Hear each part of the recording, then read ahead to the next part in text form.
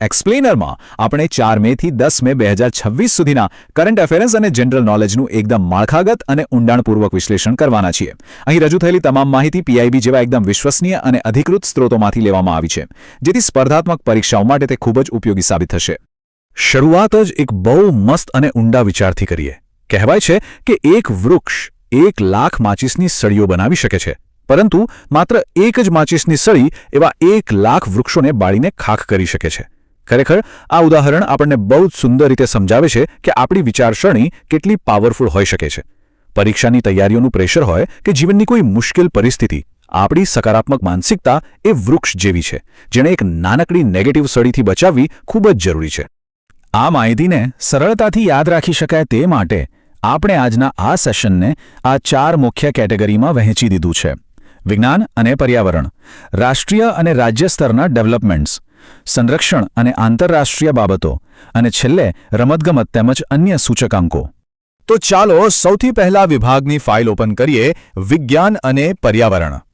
Space સેક્ટરની વાત આવે એટલે કેટલીક બેઝિક પણ બહુ જ અગત્યની બાબતો સીધી મગજમાં આવવી જ જોઈએ. તાજેતરમાં જ 1 મેના રોજ કર્ણાટકના બેંગ્લુરુમાં ભારતનું સૌપ્રથમ state run space tech centre of excellence શરૂ કરવામાં આવ્યું છે. અને આની સાથે જ કેટલીક બીજી ફેક્ટ્સ પણ તાજી કરી લઈએ, જેમ કે સ્કાયરૂટ એરોસ્પેસ એ ભારતની સૌપ્રથમ સ્પેસ ટેક યુનિકોર્ન છે. ભારતમાં અવકાશ વિજ્ઞાનનો પાયો નાખનાર વિક્રમ સારાભાઈને કોણ ભૂલી શકે? અને હા, ચંદ્રયાન 3ની ઐતિહાસિક સફળતાની યાદમાં હવે દર વર્ષે 23 ઓગસ્ટને નેશનલ સ્પેસ ડે તરીકે ઉજવવામાં આવે છે. આ બધી જ બાબતો એકબીજા સાથે જોડાયેલી છે. હવે આ આંકડો જુઓ, 2070. આ માત્ર કોઈ ભવિષ્યનું વર્ષ નથી, પણ ભારત માટે એક બહુ જ મોટો ટાર્ગેટ છે. આપણે 2070 સુધીમાં શૂન્ય ઉત્સર્જન એટલે કે ઝીરો એમિશન અને કાર્બન ન્યુટ્રાલિટી હાંસલ કરવાનો સત્તાવાર સંકલ્પ લીધો છે. COP26 સમિટમાં આ લક્ષ્ય પર ખાસ ભાર મૂકવામાં આવ્યો હતો, અને આખી દુનિયાની નજર આપણા પર છે. અને આપણે આ લક્ષ્ય તરફ કેટલી ઝડપથી આગળ વધી રહ્યા છીએ તેનું આ બેસ્ટ ઉદાહરણ છે.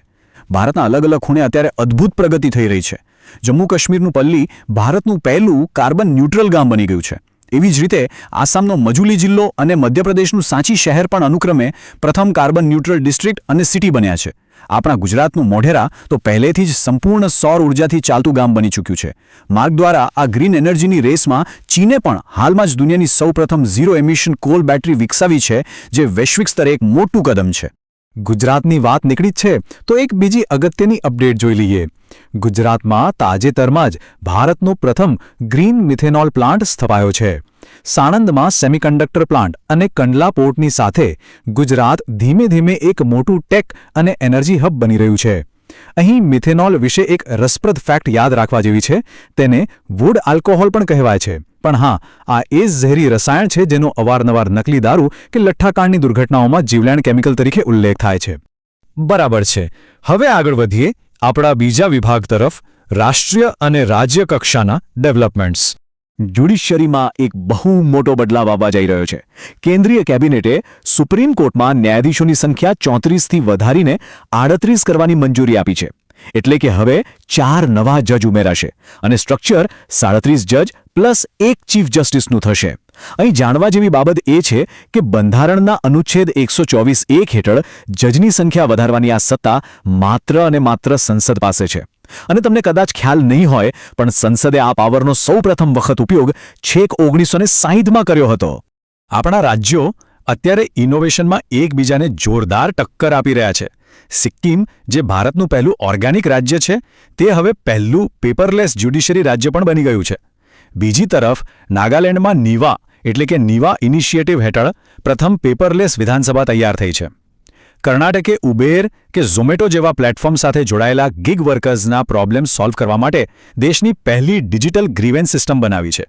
પણ સૌથી સરપ્રાઇઝિંગ વાત તો ઝારખંડની છે. વિચારો, ઝારખંડ કે જે ચારે બાજુ જમીનથી ઘેરાયેલું રાજ્ય છે, ત્યાં દરિયા વગર હઝારીબાગ ખાતે દેશનું સૌપ્રથમ પર્લ ફાર્મિંગ એટલે કે મોતી ઉછેરવાનું ક્લસ્ટર બન્યું છે. છે ને કમાલ? કોર્પોરેટ જગત માટે આ એક બહુ જ અગત્યની નિમણૂક છે. નેશનલ કંપની લો ટ્રિબ્યુનલ એટલે કે NCLTના નવા ચેરપર્સન તરીકે અનુપેન્દ્ર ગ્રેવાલની નિમણૂક થઈ છે. કંપનીઝ એક્ટ 2013 હેઠળ ઇરાદી કમિટીના રિપોર્ટને આધારે 2016માં આ ટ્રિબ્યુનલ બનાવવામાં આવી હતી. કોર્પોરેટ વિવાદો ઉકેલવામાં આ NCLTનો રોલ બહુ જ મોટો છે. નવી દિલ્હીમાં તેની મુખ્ય બેન્ચ છે અને આખા ભારતમાં કુલ 11 બેન્ચ અત્યારે કાર્યરત છે. ચાલો હવે નજર કરીએ ગ્લોબલ સ્ટેજ પર. વિભાગ 3 સંરક્ષણ અને આંતરરાષ્ટ્રીય બાબતો. ડિફેન્સ એક્સરસાઇઝ ક્યારેક કન્ફ્યુઝિંગ લાગી શકે છે, પણ આ લિસ્ટને ધ્યાનથી જુઓ. ભારતનો સંરક્ષણ સહયોગ આખી દુનિયામાં વધી રહ્યો છે. સિન્બેક્સ 2 કંબોડિયામાં યોજાઈ હતી, જેમાં આપણા 280 સૈનિકોએ ભાગ લીધો. જાપાન સાથે આપણે ધર્મ ગાર્ડિયન નામની દ્વિપક્ષીય કવાયત કરી, અને ફ્રાન્સની વાત કરીએ તો આપણી આર્મી તેમની સાથે શક્તિ અને નેવી વરુણ નામની કવાયત કરે છે. આ બધા નામ સીધા જ એક્ઝામમાં પૂછાઈ શકે છે. સ્વદેશી સંરક્ષણની વાત નીકળે એટલે ડીઆરડીઓ ચોક્કસ યાદ આવે. ડીઆરડીઓ અને ભારતીય વાયુસેનાએ ઓડિશાના ચાંદીપુર ખાતેથી તારાનું સફળ પરીક્ષણ કર્યું છે. આ તારા એ ભારતની સૌપ્રથમ સંપૂર્ણપણે સ્વદેશી ગ્લાઇડ વેપન સિસ્ટમ છે.